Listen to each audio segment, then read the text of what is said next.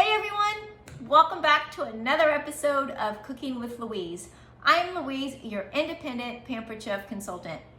Have you guys seen the new craze, that feta cheese tomato pasta recipe going around?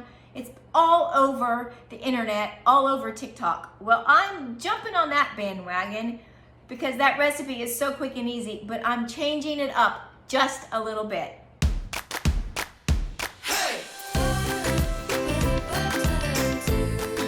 These are the ingredients you're going to need.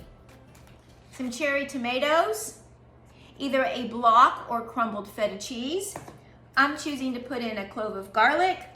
I'm going to be using our Greek rub.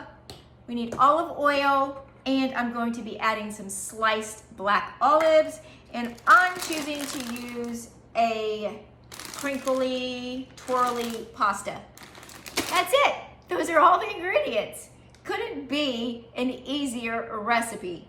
So the first things first is I'm just taking the cherry tomatoes and I will be putting them in our enameled cast iron 2-quart baker. This is one of our newest products and I love this enameled cast iron baker. To this, I'm going to put on the top 1 container of feta cheese.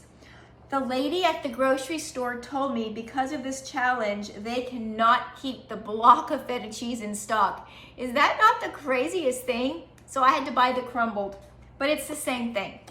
Now I'm going to add 1 whole clove of garlic. I'm just going to peel it with our garlic peeler, which, by the way, you just saw how easy it was to take the skin right off the garlic. I'm just going to plop the garlic clove right in there.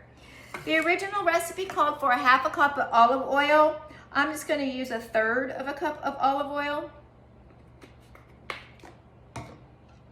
and drizzle that on the top. I have my oven preheating on 400 degrees. I am just going to add a little salt and pepper to this and pop it in the oven for about 20 to 30 minutes. While that's cooking, I'm going to be getting my pasta boiled up al dente. I forgot that I was going to add the Greek rub. As I always say, pampered, not perfect. So I'm going to do about a tablespoon of the Greek rub just on top. Now I'm going to put it into the oven. Okay, so I have my pasta cooked, and just take a look at these tomatoes with the feta cheese and the olive oil. Roasted goodness. I also added that Greek rub to it. So now all I'm going to do is use my mix and chop to smash up the tomatoes and the garlic and sort of get it all blended together. So the mix and chop is the perfect tool for this. Be careful because those tomatoes might squirt at you and they will burn you because they are super hot. So this is nice and roasted. I'm just gonna smash up that garlic clove that roasted along inside here. It smells delicious. So this would be perfect served by itself. There's nothing wrong with a meatless meal every now and then. Or you could grill up some chicken breasts or some shrimp, whatever you would like to serve alongside this. So let me just get all this mixed together.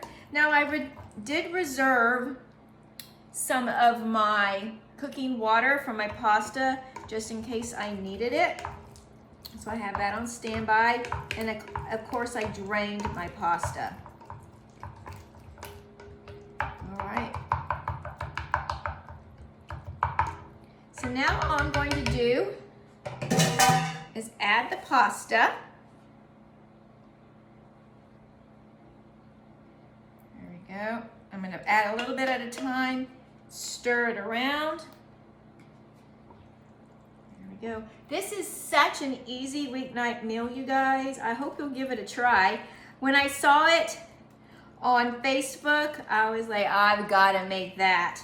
Now I am choosing to add some black olives because remember I wanted to make it like a Greek pasta dish. So I used the Greek rub and some black olives. Add a little bit of the pasta water and the rest of the pasta.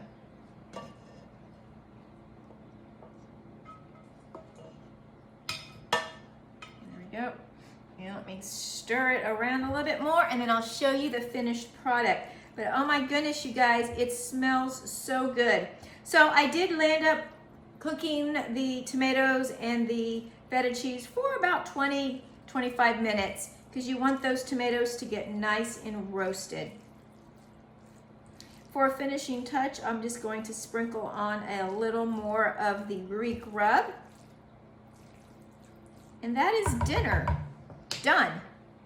Let me show you the finished product. Ooh, it looks so good. I love a meatless meal. I'm not gonna lie. Here we go. Oh, delicious. All right, you guys, I hope you'll give this a try in your home. Remember, give me a thumbs up. If you haven't already subscribed, please do so. And don't forget to ring the bell for any of my future videos. I'll post the link down in the description with some of these amazing products that I used today. And I'll also go ahead and post the recipe, even though it was so easy. All right, thanks you guys for watching and happy cooking. Bye.